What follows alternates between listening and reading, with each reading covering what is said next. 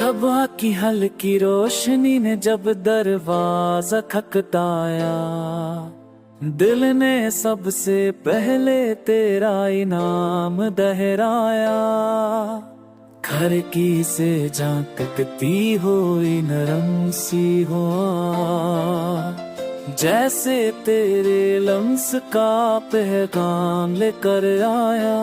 मैंने ख्वाबों को कागज पर उतारा है, हर लफ्ज़ में तेरा ही इशारा है। लोग कहते हैं ये मुझे एक ख्याल है, मगर मेरे लिए तो यही सारा है।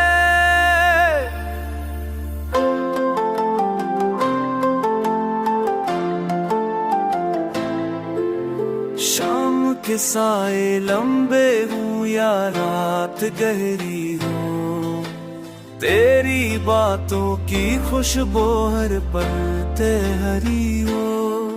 मैंने सीखा है इंतजार करना, क्योंकि हर खुशी के पीछे सब ही कहानी हो। तेरे ने सौगों को बस कर का है, लहल गस्द में तेरा ही सारा है।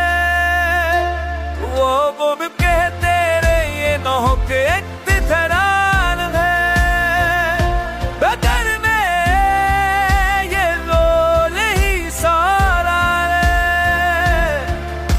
कभी हर सी में छपी अदासी बनकर, कभी आंखों में चमकती आस बनकर, तो हर रूप में मेरे साथ रहा।